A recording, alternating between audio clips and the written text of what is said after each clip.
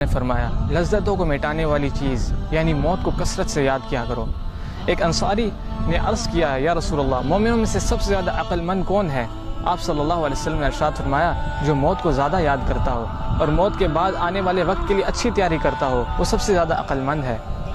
رسول اللہ صلی اللہ علیہ وسلم نے فرمایا اگر تم وہ باتیں جان لو جو میں جانتا ہوں تو تم ہنستے کم اور روتے زیادہ، بستروں پر بیویوں سے لطف اندوز نہ ہو سکتے اور اللہ کی پناہ طلب کرتے ہوئے میدانوں کی طرف نکل جاتے۔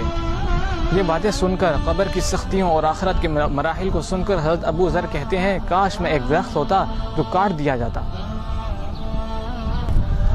حضرت انس سے روایت ہے کہ نبی صلی اللہ علیہ وسلم نے فرمایا اگر مجھے خدشہ نہ ہوتا کہ تم اپنے مردے دفن کرنا چھوڑ دو گے تو میں اللہ تعالیٰ سے دعا کرتا کہ وہ تمہیں عذاب قبر کی آوازیں سنا دے۔ حضرت ابو ہریرہ رضی اللہ عنہ سے روایت ہے کہ نبی صلی اللہ علیہ وسلم نے فرمایا آدمی جب قبر میں دفن کیا جاتا ہے تو فرشتے سر کی طرف سے عذاب دینے کے لیے آتے ہیں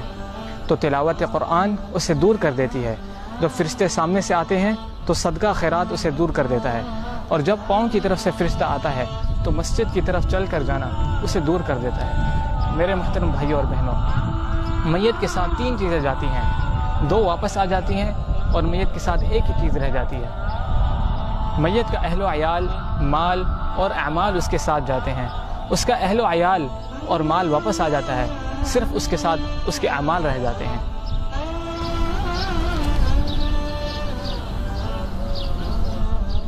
میرے دوستوں بھائیوں اور بہنوں، جس طرح آپ نے دیکھا کہ لوگ بڑی بڑی بلڈنگیں تو بنا لیتے ہیں لیکن اس قبر کے لیے کچھ بھی نہیں کرتے جس کی چوڑائی صرف 2 ہاتھ ہے، اور رسول اللہ صلی اللہ علیہ وسلم نے فرمایا کہ تم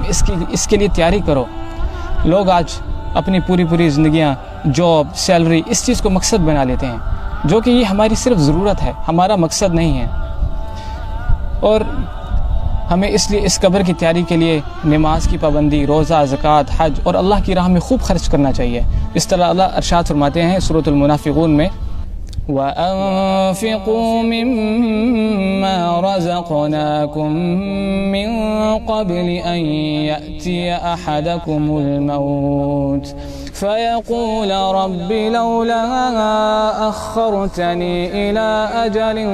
قَرِيبٍ فَأَصَّدَّقَ وَأَكُن مِّنَ الصَّالِحِينَ وَلَن يُؤَخِّرَ اللَّهُ نَفْسًا إِذَا جَاءَ أَجَلُهَا وَاللَّهُ خَبِيرٌ بِمَا تَعْمَلُونَ۔ ترجمہ، اور ہم نے جو مال تمہیں دے رکھا ہے اس میں سے خرچ کرو اس سے پہلے کہ تمہیں موت آ جائے اور تم یوں کہنے لگو کہ اے میرے پروردگار تو ہمیں تھوڑی سی مہلت کیوں نہیں دیتا کہ ہم دنیا میں واپس جائیں اور صدقہ کریں اور نیک لوگوں میں سے ہو جائیں۔ آگے اللہ ارشاد فرماتے ہیں کہ جب کسی کا مقررہ وقت آ جاتا ہے تو پھر اس سے ہرگز مہلت نہیں ملتی، اور جو کچھ تم کرتے ہو اللہ اس سے بخوبی باخبر ہے۔ وآخر دعوانا ان الحمد للہ رب العالمین۔